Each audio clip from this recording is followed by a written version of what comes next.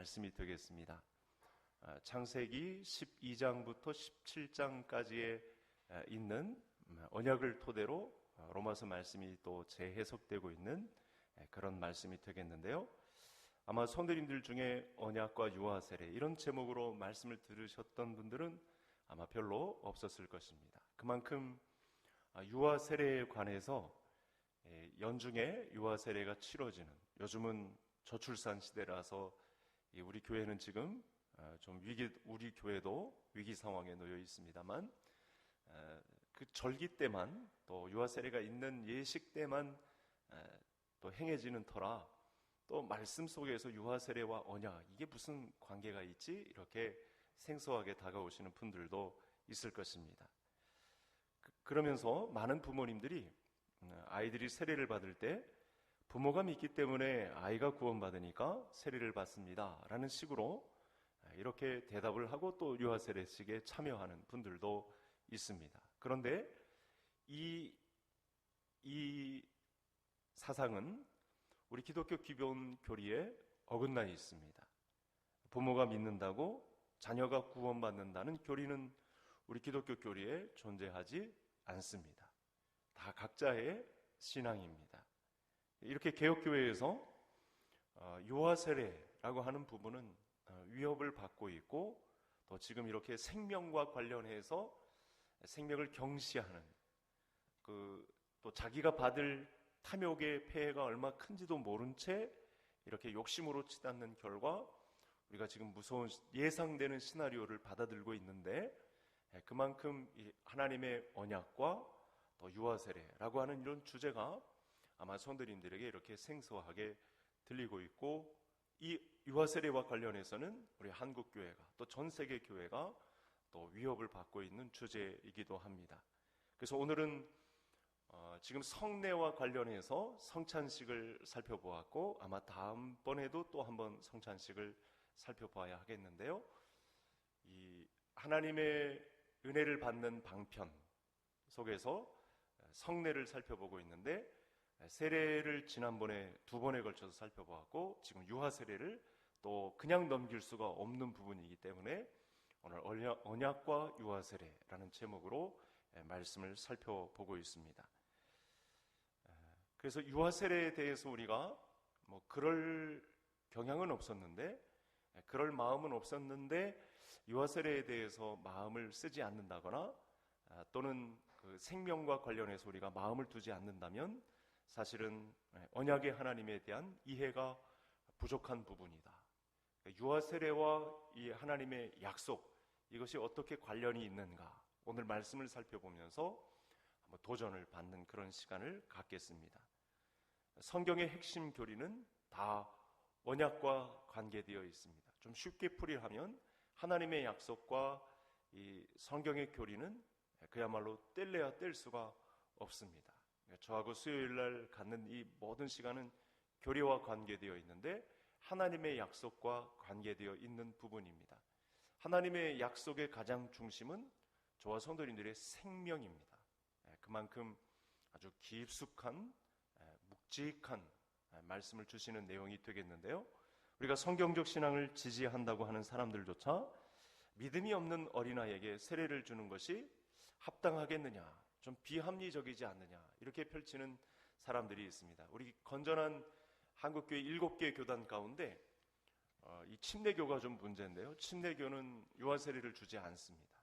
이런 생각 때문에 유아에게, 아직 이성적이지 않은 애들에게 세례를 줘야 무슨 소용이 있겠느냐 해서 이제 그 정한 기한에 침례 통해서 이제 세례를 베풀죠. 또는 따로 강가나 바닷가에서 이렇게 세례를 베푸는 그런 일을 합니다. 그래서인지 사실은 침례교에서 이단들도 많습니다. 이런 생각을 앞장서서 해서 좀 건전한 교리를 주는 부분도 있기는 하지만 사실은 침례교단에서 나온 이단들이 상당히 많이 있습니다. 우리가 세례를 중요하게 생각할수록 믿고 또 신앙 고백을 할 때 세례를 주어야 한다, 이 말이 더 설득력 있는 것인데요. 하지만 여러분, 이 종교개혁 시기에 개혁자들의 입장이 아니라 이 모든 생각은 아까 제가 그 침례교의 예를 들었던 그 부분은 제세례파, 세례를 다시 줘야 된다라고 하는 사람들, 다 이단들인데요. 이런 합리적인 생각을 하는 것과 하나님의 약속과 관계해서는 차이가 있다. 하나님의 약속은 이런데 합리적인 생각을 가지고 이럴 때 세례를 주어야지 왜 유아 세례가 필요하느냐라는 생각, 이런 문제가 이제 교회사에서 계속 끊임없는 논쟁을 일삼아왔던 문제가 되겠습니다. 자, 먼저 화면을 통해서 그러면 유아 세례가 하나님의 언약과 어떤 관계가 있는지, 오늘날 우리가 유아 세례를 왜 중요하게 생각해야 되는지, 또 이런 유아 세례를 중요시하지 않는 문제가 되면 사회적으로 큰 문제가, 생명을 존중하지 않는 문제는 또 인류의 멸망을 가져오는 그런 또 단초가 될 수 있기 때문에 하나님은 이런 문제에 관해서 어떤 언약적 관계를 맺으셨는지 이런 부분을 살펴보아야 하겠습니다. 같이 2장 39절 같이 읽겠습니다. 이 약속은 너희와 너희 자녀와 모든 먼 데 사람 곧 우리 주 하나님이 얼마든지 부르시는 자들에게 하신 것이라 하고, 6월절 모임 이후에 베드로가 설교를 하자 큰 부흥이 일어났습니다. 수많은 사람들이 거기 모인 여러 유대인이나 헬라인이나 할 것 없이 이방인들이 다 모인 자리에서 베드로가 설교를 하자마자 큰 은혜가 임했습니다. 놀라운 은혜가 임했습니다. 예수 그리스도에 관한, 구약 성경에서 예수 그리스도가 오게 된 배경에 대한 문제와 예수님이 오셔서 말씀하신 것을 같이 접목해서 베드로가 설교를 하자마자 난리가 났습니다. 뭐라고 난리가 났습니까? 마음에 찔려서 형제들아 우리가 어찌할꼬, 이런 그런 탄식 섞인 그런 발언이 여기저기서 다 터져 나왔습니다. 모인 수많은 사람들이 다 동일한 이런 고백을 하게 되었습니다. 마음에 찔려서 형제들아 우리가 어찌할꼬. 여기서 형제들은 이제 사도들을 찾는 것입니다. 너희들이 그렇게 주장했던 그 예수를 우리가 죽였는데 그럼 우리가 어찌하겠느냐. 이거 큰일 났다. 하나님의 저주와 심판에서 이게 벗어날 수가 없는 것 같은데 이러면 어떻게 하면 좋겠냐. 베드로에게, 그 형제들에게 이렇게 간청하는 그런 장면이 이렇게 나타났던 것입니다. 그때 베드로가 다시 설교를 합니다. 뭐라고 하냐면 너희가 다 회개하여 세례를 받고 죄사함을 받으라. 그리하면 성령을 선물로 받으리니. 이렇게 담대하게 또 마무리를 짓고 있는 그런 장면이 나타났습니다. 그런데 오늘 말씀을 다시 한번 이렇게 잘 보시죠. 여기 보시면 너희와 너희 자녀와 이렇게 말씀을 하고 있습니다. 그러니까 너희에게 죄사함과 성령의 선물을 받을 것이다. 이렇게 말하는 데 그치지 않고 한 걸음 더 나아가서 이 하나님의 약속이 너희 자녀에게도 있을 것이다. 그러니까 지금 자녀들은 이 자리에 참석하지 않은 상황입니다. 사실은 어른들이 이 자리에 참여해서 놀라운 은혜를 받고 있는데 이 약속에 의해서 주신 말씀 가운데 구약에서 주신 언약과 관련해서 베드로 사도가 재해석하면서 선포한 말씀인데 이 약속 가운데 너희 자녀에게도 하나님의 약속이 있을 것이다. 여러분, 우리가 상식적으로 보면 이 복음을 들은 사람들은 그 당사자들이었지 그의 자녀들이 아닙니다. 그런데 베드로는 이 약속의 말씀을 그들뿐만 아니라 그들의 자녀들에게 있을 것이다. 이렇게 말씀을 하고 있습니다. 자, 이 말씀이 어떻게 또 우리가 정의를 해야 되는지 조금 더 말씀을 듣겠습니다. 다음 화면을 한번 또 보시겠습니다. 자, 같이 읽겠습니다. 이르되 주 예수를 믿으라. 그리하면 너와 네 집이 구원을 받으리라. 복음 전도 때 자주 인용되는 말씀이죠. 전도지에도 가장 많은 절수를 이렇게 차지하고 있는 사도행전 16장 31절의 말씀이 되겠습니다. 바울과 실라가 빌립보에서 복음을 전하다가 감옥에 갇히게 되었습니다. 억울하게 감옥에 갇히게 되었습니다. 그때 두드러진 건 기도도 하지만 아주 큰 소리로 찬양하는, 하나님 앞에 찬미로 이렇게 찬송으로 이렇게 이 어려움의 때를, 무시무시한 감옥의 상황을 하나님 앞에 이렇게 호소하고 기도하고 있는 그런 장면 가운데 지진이 났습니다. 감옥의 문이 열렸습니다. 이 상황을 배경으로 하고 있습니다. 이 책임감을 느낀 간수가 자결을 하려고 하죠. 엄청난 책임을 가지고 큰일 났다. 이렇게 자결하려고 할 때 또 베드로 사도가 바울 사도가 이 말씀을 한 것입니다. 그때 또 간수가 똑같은 반응을 보입니다. 선생들이여 내가 어떻게 하여야 구원을 받으리이까? 이 말씀을 사도행전 2장에 많은 사람들이 고백했던 것과 같이 또 이 같은 고백을 합니다. 그때 질문에 대한 답이 본문입니다. 주 예수를 믿어라. 그리하면 너와 내 집이 구원을 받으리라. 이 말씀도 역시 방금 전에 우리가 읽었던 사도행전 2장의 상황과 똑같은 것입니다. 주 예수를 믿으라. 요청받은 것은 간수인데 너뿐 아니라 내 집까지. 그 어떤 학자가 아주 신빙성 있는 그 역사학 자료인데 50을 못 넘겼답니다. 당대 평균 연령을 45 정도로 평균 연령을 잡습니다. 전쟁도 너무 많고 전염병도 너무 많았고 열악한 위생 상황 이런 것들을 감안해서 40에서 40 중반 많이 살아야 그렇게 연령대를 잡습니다. 그때 이 간수의 가정에는 간수 말고 또 다른 가족 식구들이 다 있는 거죠. 왜냐하면 이 상황이 끝나고 간수의 가정으로 다 초청을 하거든요. 그때 또 많은 사람들이 세례를 받고 또 주께로 돌아오는 그런 역사가 일어났습니다. 그러니까 간수, 이 주 예수를 믿으라 요청받은 사람은 간수인데 바울 사도는 이 간수의 집 전체까지 하나님의 약속의 전수가 이루어지고 있는 그런 장면을 우리가 지금 만나고 있는 것입니다. 여러분, 이런 예들을 생각해 보면 하나님이 어떤 사람과 언약을 맺으실 때 그 언약 속의 당사자뿐만 아니라 그 언약 속의 가족들, 그 언약과 함께하는 이 공동체의 약속의 은혜를 같이 부어주신다라고 하는 사실을 우리가 지금 살펴보고 있는 것입니다. 이것이 지금 제목에서 갖고 있는 언약의 핵심 문제가 되겠습니다. 그래서 성경에서 하나님이 사람과 언약을 맺으신다라고 할 때는 이 한 사람과 언약을 맺을 때조차 그 사람에게서 난 자들이 그 언약에 함께 동참하게 된다. 그의 가족, 그의 자녀들이 다 이 언약의 혜택을 입게 된다라고 하는 사실을 염두에 두는 그런 말씀이 되겠습니다. 그렇게 되면 이 정도 두 가지로 살펴보게 되면 오늘날 우리가 유아 세례를 베푸는 이 상황을 얼마나 적극성을 띠고 우리가 관여해야 되는지, 우리 자녀 손들을 대할 때 어떤 관점을 가지고 접근을 해야 될지 이제 하나님의 말씀이 우리에게 도전을 하고 있는 것입니다. 구약 성경이 말하는 이제 두 가정인데요. 노아의 가정과 롯의 가정을 한번 살펴보겠습니다. 먼저 노아의 가정을 살펴보면 하나님께로부터 의인이라는 인정을 받았습니다. 노아가 등장을 하자마자 당대 의인이라고 하는 그런 칭호를 받습니다.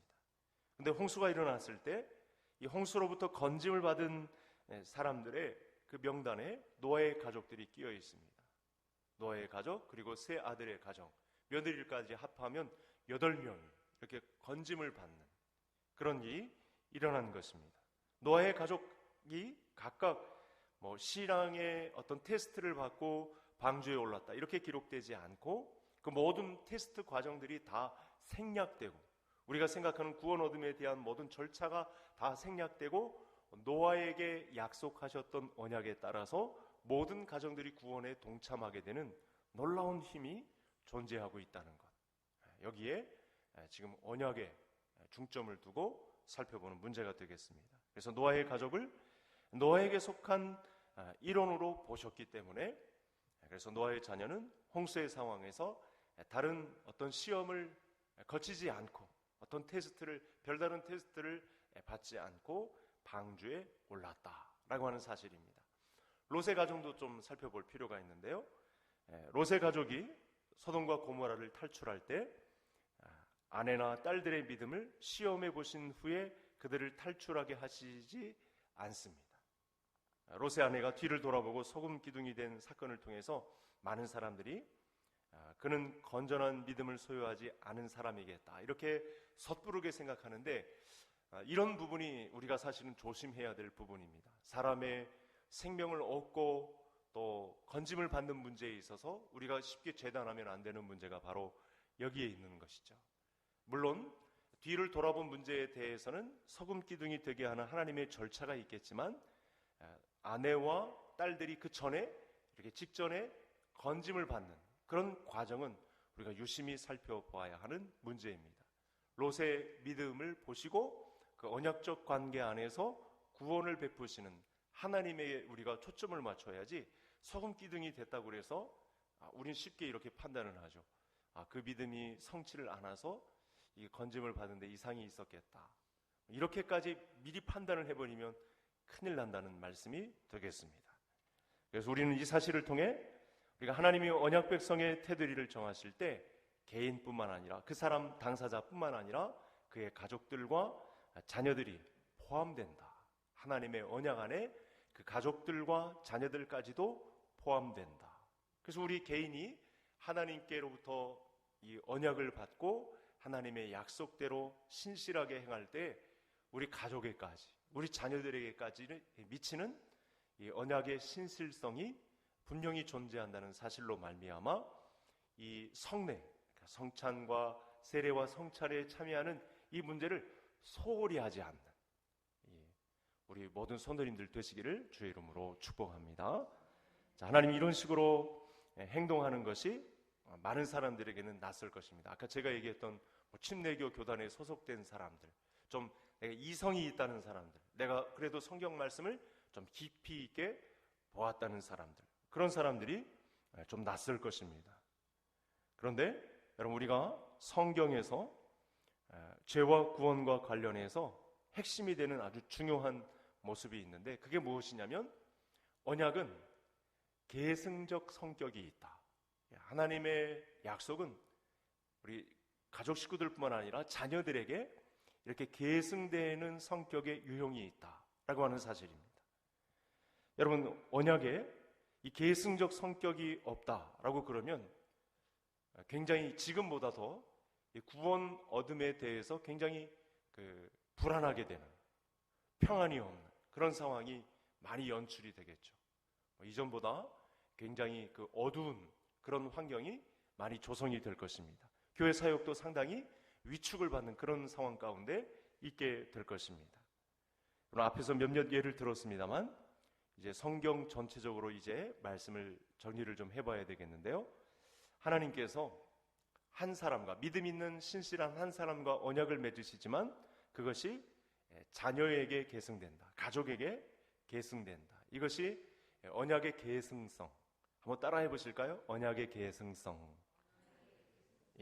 그래서 우리가 유아 세례에 우리 태어난 손주나 또 우리의 자녀나 그에게 믿음이 없는 것 같아 보여도 이 언약의 계승성 때문에, 하나님이 이 문제에 깊이 관여하신 역사적 증거가 있기 때문에 우리는 유아 세례를 귀히 여기고, 또 다른 가정이, 이웃 가정이 유아 세례를 받는다. 그러면 마치 내일처럼, 한 가족이 되었기 때문에 마치 내일처럼 그렇게 하나님께서 이 언약 가운데 깊이 언약의 계승성에 관여하셨구나라는 그런 마음을 가지고 우리가 교회에 참여하게 되다 보면 하나님의 큰 은혜가 마치 사도행전 2장처럼, 아까 간수의 집처럼, 그 심판이 행해지는 롯의 소돔과 고모라에서까지, 그리고 홍수 심판이 행해지는 노아의 가정에 있었던 상황과 같이 저와 성도님들의 가정에 이렇게 큰 언약의 이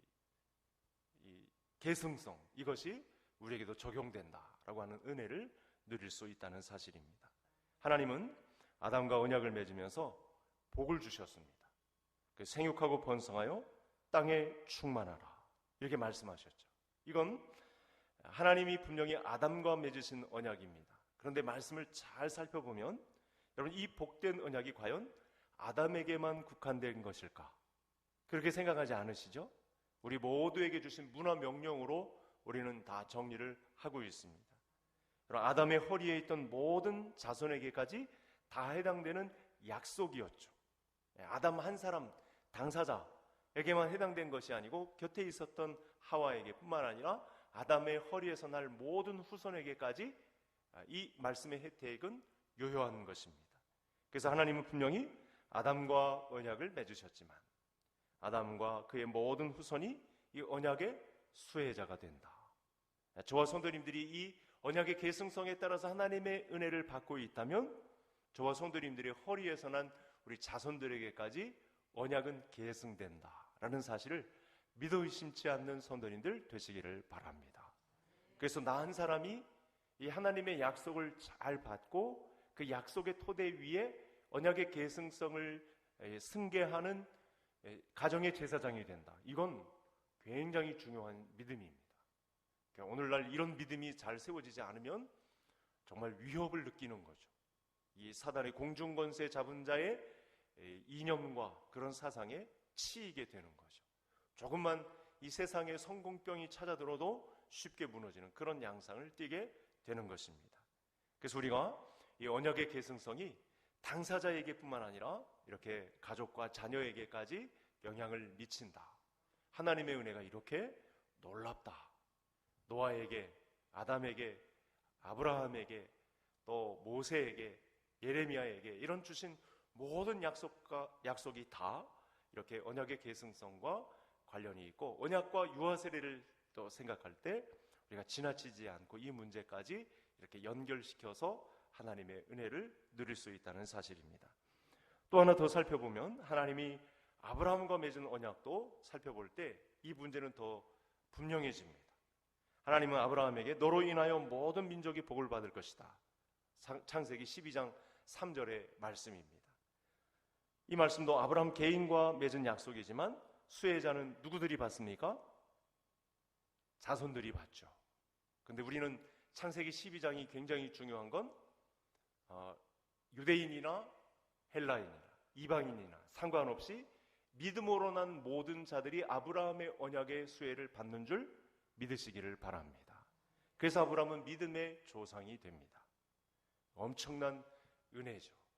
그래서 다른 예와 아브라함이 다른 것은 물론 그 후손이 받는 약속이기도 하지만 믿음으로 난 후손들, 아브라함에게서 난 믿음으로 난 후손들, 아브라함이 이삭을 드렸을 때 여호와의 이름, 그걸 준비시켜 주신 예수 그리스도를 바라본 그 믿음이 조상이 되어서 모든 그 약속의 혜택을 믿음으로 난 모든 후손들이 똑같이 받게 되는 경로에 있다라고 하는 아주 명확한 증거가 이렇게 나타납니다. 하나님은 한 사람과 언약을 맺으시지만 그 영향력은 믿음의 후손에게까지, 이게 정확한 표현이죠. 믿음의 후손에게까지 다 영향을 받는다.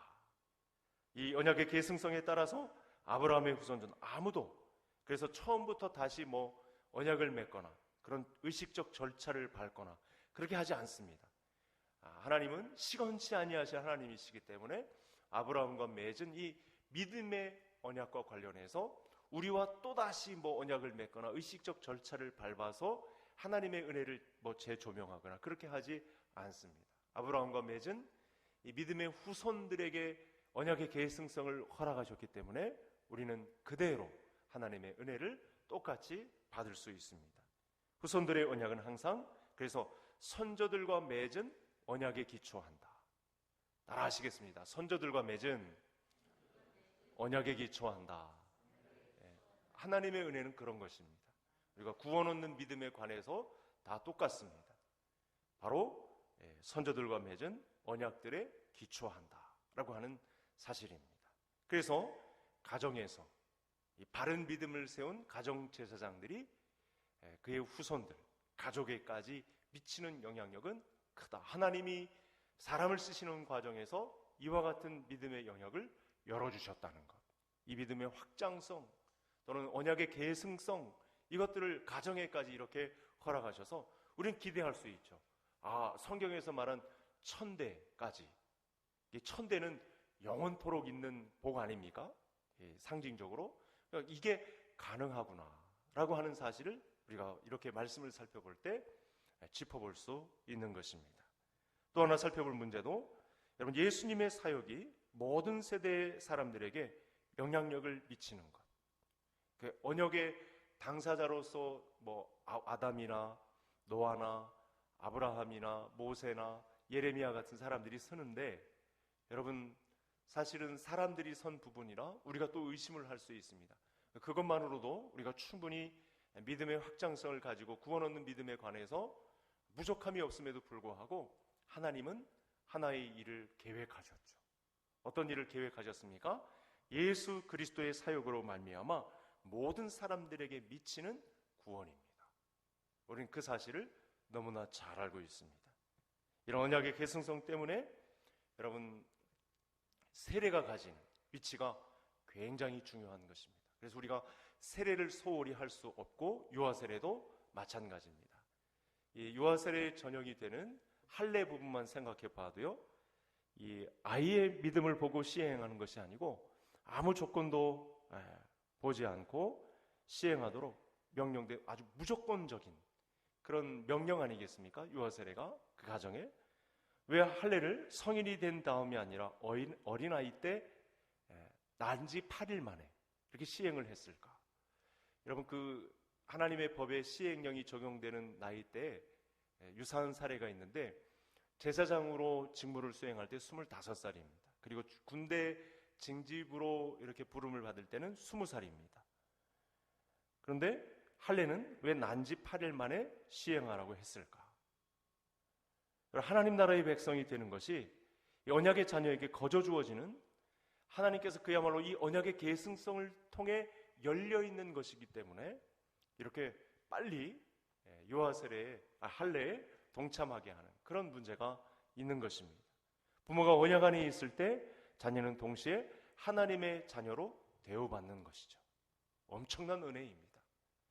그래서 성경이 취하는 입장이고 하나님이 자기 백성을 대우하시는 방식입니다.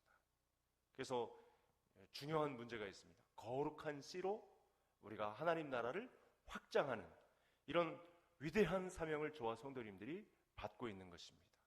근데 지금 이런 문제까지 위협받고 있는 마지막 때가 되었죠. 이따가 구역 인도자 모임에서도 잠시 다룰 문제인데, 왜냐하면 같은 로마서 본문을 지금 같은 내용을 다루고 있기 때문에 저와 성도님들의 문제 가운데 이런 위기감이 있잖아요. 내가 믿는 믿음이 과연 우리 자녀들에게 전수되는 것인가? 심각한 문제잖아요. 화두죠. 그렇죠? 우리의 믿음이 과연 자녀 세대에게 전수되어서 우리와 같은 믿음으로 주님의 교회를 봉사하고 충성하는 자녀들이 될까? 이게 믿음의 1세대들, 우리 그 6, 70년대 막 신앙을 뜨겁게 시작했을 때 사실은 이런 부분에 대한 도전은 별로 없었습니다. 당연히 부모가 믿는 믿음에 의해서 우리 가정이 자손만대로 복을 받고 구원 얻는 믿음에 대해서 의심이 없었습니다. 그런데 지금은 이런 문제에 영향을 받고 있습니다. 각 가정들이. 목회자의 집안도 예외는 아닙니다. 이런 위기감이 있습니다. 과연 내가 가진 믿음이 우리 자녀 세대에 온전한 믿음으로 전수될 것인가? 이런 위기감이 있다는 사실입니다. 자, 그렇기 때문에 이 개혁자들은 더 합리적인 것처럼 보이는 제세례파, 침례교의 침례식을 행했던 그런 사람들, 이런 입장을 거부하고 어쩌면 합리적이지 않아 보이는 난지 8일 만에 뜻을 이어받아서 유아세례에 동참하게 되는. 그래서 제가 아까 사도행전 2장 그리고 16장의 말씀을 예를 들어서 말씀드린 내용 가운데 이런 의지가 지금 포함되어 있는 것입니다. 자, 이유는 성경을 받아들이는 성경적 신앙 때문이고 언약을 존중하는 태도 때문에 그렇습니다. 언약의 계승성 때문에 유아세례를 우리가 개혁교회에서 중심적으로 행해야 되는 거죠. 언젠가도 세례와 관련해서 이런 문제를 도전했습니다만 앞으로 유아세례나 세례식이 행해질 때는 마치 내 집안일처럼 축하하고 말을 거들어주고 그런 일을 좀 더 적극성을 띠고 우리 성도님들이 참여해 주시기를 간절히 소원합니다. 우리 교회에는 세례가 살아있고 유아세례가 살아있는 그런 곳이 되어야 합니다. 이렇게 성경적으로 돌아오게 되면 우리가 지금 심각하게 피해를 받고 있는 저출산 문제, 이런 문제에 관해서 우리가 극복할 수 있겠다라는 믿음이 또 생기게 되는 것이죠. 자, 그래서 유아세례의 표본이 된 이 할례가 창세기 17장에서부터 시작되거든요. 그래서 이 할례 행함에 대한 명령을 아브라함 가정에 주셨는데, 할례 행함, 유아 세례 행함과 관련해서 하나님이 어떤 의지를 나타내셨는지 화면을 통해서 한번 만나보시겠습니다. 창세기 17장 같이 읽겠습니다. 할례를 받지 아니한 남자 곧 그 포피를 베지 아니한 자는 백성 중에서 끊어지리니 그가 내 언약을 배반하였음이니라. 그러니까 오늘날 접목시키면 유아 세례를 받게 하는 것과 받지 않게 하는 것이 얼마나 큰 차이가 있는지, 하나님의 말씀을 직접 배반하는 문제가 된다라고 말씀을 하고 있는 거예요. 무섭죠? 하나님의 의지가 굉장히 단호함을 알 수 있습니다. 그러니까 할례 의식을 하나님 나라 백성으로 가입하는 절차로 아예 삼으신 거예요. 그 의식적 절차를 아예 하나님 나라 백성으로 이렇게 입적하는 그런 과정으로 삼으신 것입니다. 할례를 행해야만 하나님 나라에 가입할 수 있고, 이것을 행하지 않는 자는 혈통적으로 이스라엘에 속할지는 몰라도 하나님 언약을 배반한 것으로 하나님의 새 이스라엘에서 끊겨지게 된다라는 엄청난 말씀을 선포하고 있습니다. 신약의 세례는 어떻습니까? 똑같이 우리가 접목시켜야 할 이 할례의 정신이 그대로 살아있는 유아 세례는 어떻습니까? 공통점은 다 언약의 백성으로 가입하는 의식적 측면이 있다. 이게 너무나 강하다.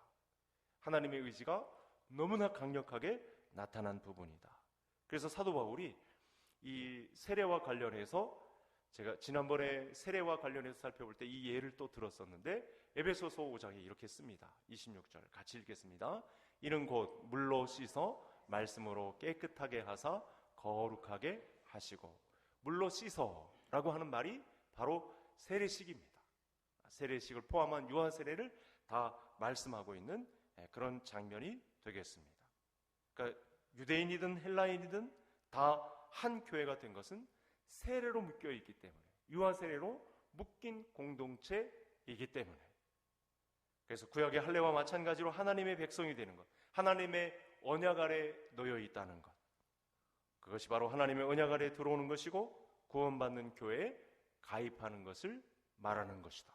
이렇게까지 말씀하고 있는 것입니다. 이건 제 입장이 아니고 우리 개혁교회 종교개혁가들이 세례를 새롭게 정립하면서 정리한 내용이 되겠습니다. 그게 뭐 개혁가들의 주장이라고는 하지만 말씀의 예를 볼 때 분명히 하나님의 입장입니다. 이만큼 단호한 것입니다. 언약의 백성으로 가입하는 의식이다. 이렇게 말씀을 주고 있는 것입니다. 그래서 우리가 세례식이 행해진다, 성례식이 행해진다, 그러면 긴장을 해야 됩니다. 물론 우리가 24시간 1년 12달 다 긴장하지 않은 날이 없겠지만, 특별히 교회적으로 이 거룩한 예식이 행해진다, 그러면 주보 광고도 나가지 않습니까? 한 주 전에. 그러면 그 주간은 무슨 일이 있어도 우리가 거룩한 예식 속에서 언약적 백성으로 가입하는 의식이 치러진다, 이 생각을 가지고 우리가 한 마음으로 교회를 이루어야 한다는 사실입니다. 정리를 하겠습니다. 유아 세례는 여러분, 우리가 생각하는 것 이상의 언약적 특성이 있습니다. 언약적 계승성이 있습니다. 하나님이 자기 백성에 베푸신 자비의 언약을 보여주는 가장 좋은 귀한 그런 예가 되겠습니다. 한 사람의 생명이 하나님 앞에서 꽃피우는 의식적 언약의 계승성이 이루어지는 잔치, 이렇게 우리가 유아 세례의 현장을 바라볼 수 있겠습니다. 여러분, 이런 부분을 염두에 두고 가정의 예를 꿈꾸며 하나님, 우리 가정 안에 그런 유아 세례가 이루어지는 복된 가문이 되게 해주세요. 우리 자손만대 천대까지 이런 유아 세례가 집행되는 그런 가문이 되게 해주세요. 여러분, 그 가문이 바로 신앙의 명문가가 아니겠습니까? 그런 도전이 성도님들에게 함께 하기를 간절히 소원합니다. 우리 신자이기 때문에 자녀를 낳았을 때 이 하나님이 언약의 자녀를 주신 것에 대해서 감사합니다. 하지만 유아 세례를 거부한다, 사실은 태어난 아기는 사실상 여전히 죽은 자 가운데 있는 불신자의 한 형태를 하고 있는 것 뿐입니다. 그래서 반드시 유아 세례를 베풀어야만 합니다. 엄중한 하나님의 명령이고 언약의 계승성이 집행되는 의식적 절차에 있기 때문에 우리는 유아 세례를 반드시 행해야 합니다. 어떤 교회가 개혁교단이라고는 하는데 유아 세례를 행하지 않는다. 1년 12달 가도 성례식을 집행하지 않는다. 이단인 것이죠. 잘못된 방향으로 흘러가고 있는 것이죠. 자기들 똑똑하다고 그 이념적 사상에 내게 주신 하나님의 계시가 있다 하면서 자기를 교조화하는 또 다른 2단, 3단이 되는 것입니다. 실제로 그런 교회들이 있습니다. 신자의 자녀와 불신자의 자녀가 무엇이 다를까? 여러분, 왜 이삭과 야곱이 라멕과 두발가인의 가정과 다를까? 생각해 보셨나요? 창세기 앞장에 자리 잡았던 라멕의 가정이나 두발가인의 가정과 이 아브라함과 이삭의 가정이 다른 이유가 무엇일까? 할례를 언약적 관계 안에서 집행하는 믿음에 있습니다. 하나님의 말씀을 이 언약의 계승성을 가지고 의식적 절차를 밟아 하나님의 백성이 되는 가입 절차를 받는 과정이 라멕과 두발가인의 가정에는 없었다고 보셔도 무방합니다. 그러나 이삭과 야곱의 가정 안에는 이런 문제가 있었습니다.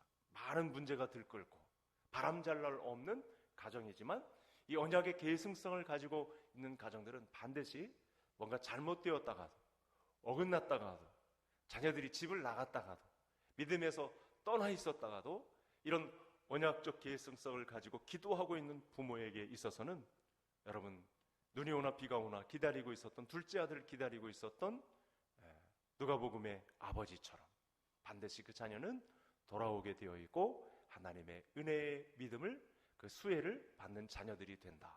이 믿음을 잃지 않고 우리 교회 안에 이 성례와 관계된 하나님의 이 하나님 나라의 가입 절차, 그 의식, 언약의 계승성 놓지 않고 끝까지 믿음으로 지켜내는 우리 모든 가문들이 되시기를 주의 이름으로 축복합니다.